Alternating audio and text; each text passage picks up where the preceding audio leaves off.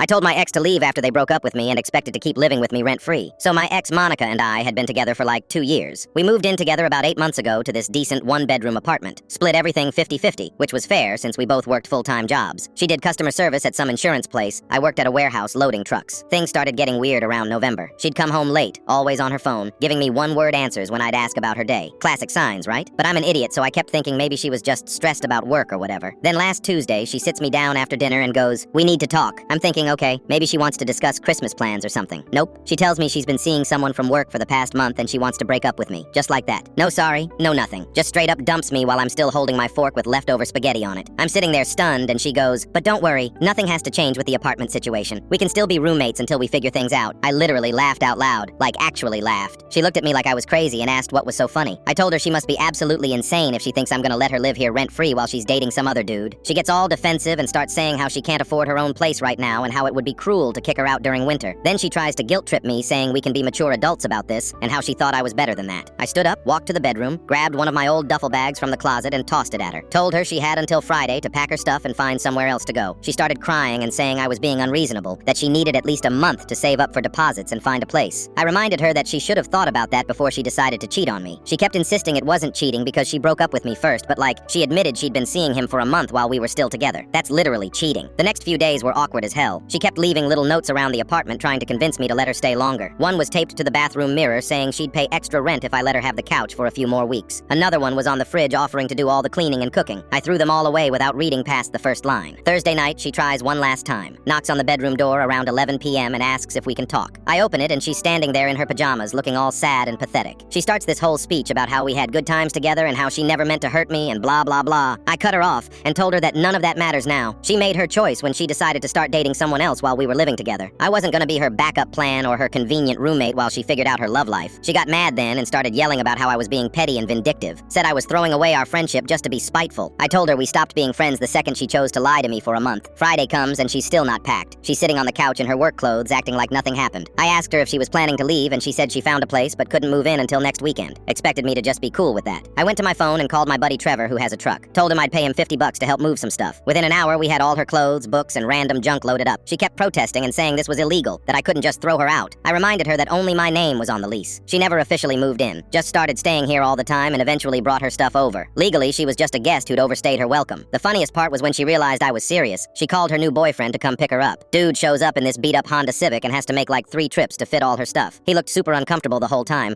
probably realizing what kind of person he was dating. Before she left, she tried to give me this speech about how I'd regret this and how she hoped I'd find someone who deserves me. I just handed her the spare key and told her to lose my number.